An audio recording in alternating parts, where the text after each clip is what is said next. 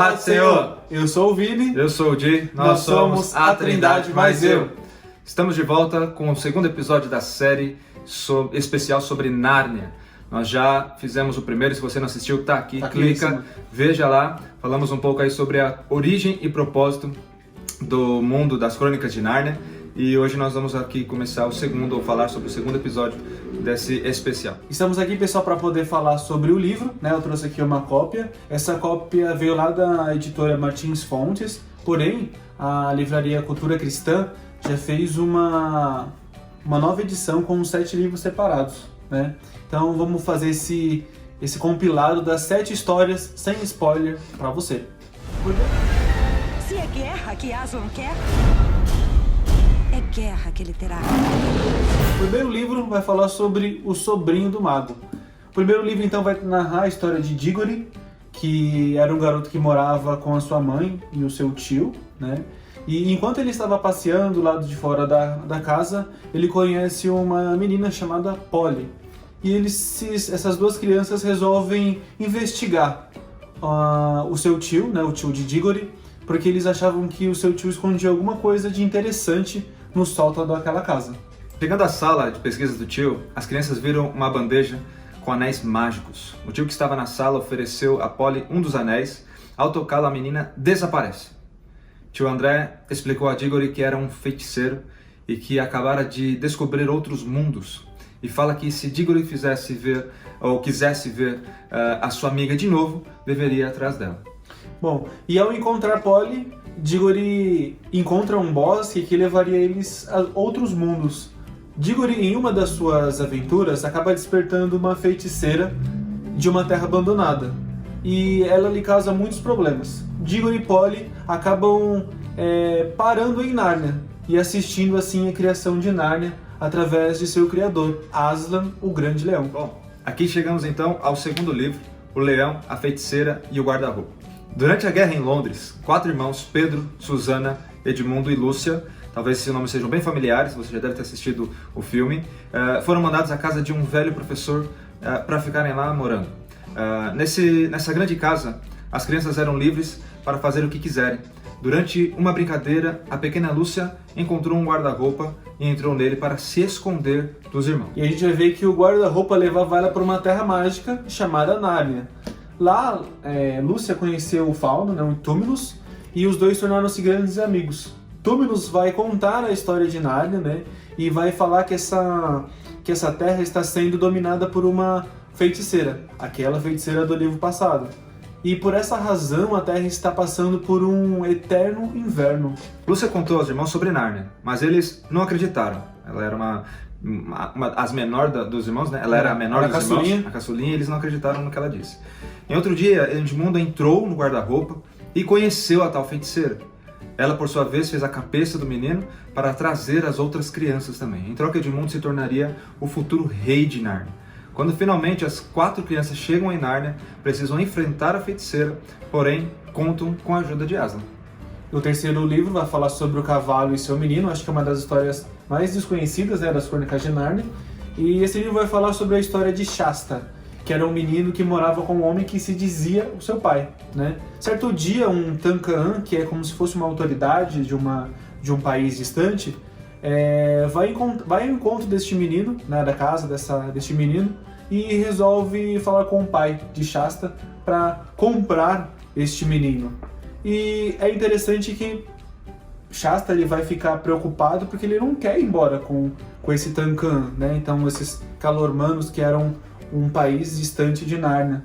Então, entre os meios ali de fugir desse negócio que o seu pai, né, está fazendo, ele vai tentar fugir. E nessa fuga encontra um cavalo, que é um cavalo falante das terras de Nárnia.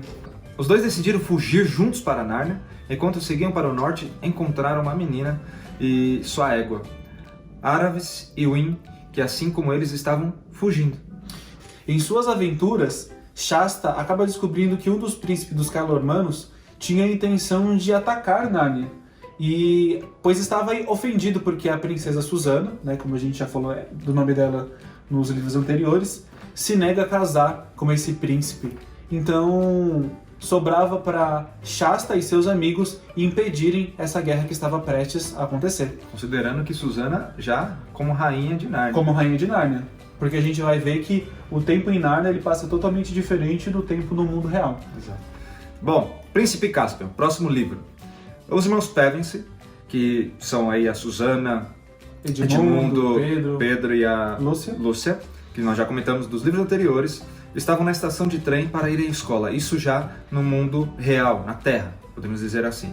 E aí, de repente, eles são puxados por uma força mágica até seu antigo castelo em Nárnia. Apesar de ter passado apenas 1 ano para as crianças aqui na Terra, no nosso mundo real, em Nárnia haviam se passado milhares de anos. E o castelo dos reis e rainhas de Nárnia já estava abandonado. E nessa história, a Terra de Nárnia, então, ela tinha sido invadida pelos Telmarinos, que eram outro povo que vivia ali a cerca de Nárnia, e descobriram que aquele rei que estava dominando Nárnia tinha matado quase todos os antigos habitantes da antiga Nárnia, né? Então os animais falantes, as árvores, as criaturas mágicas que habitavam ali na região, e nenhum animal ou ser de Nárnia poderia falar sobre as histórias antigas, sobre Aslan ou sobre os acontecimentos daquela terra. Então, aqueles antigos habitantes tinham que esconder essa história e se esconder daquele rei que tanto maltratava a Terra de Nárnia. Lembrando que esse filme também, aliás, esse livro também foi retratado como um filme, e talvez você lembre, se não você pode buscar aí o filme, que isso vai ficar muito bem claro, né? A imagem, né? Mas nada como ler o próprio livro, né?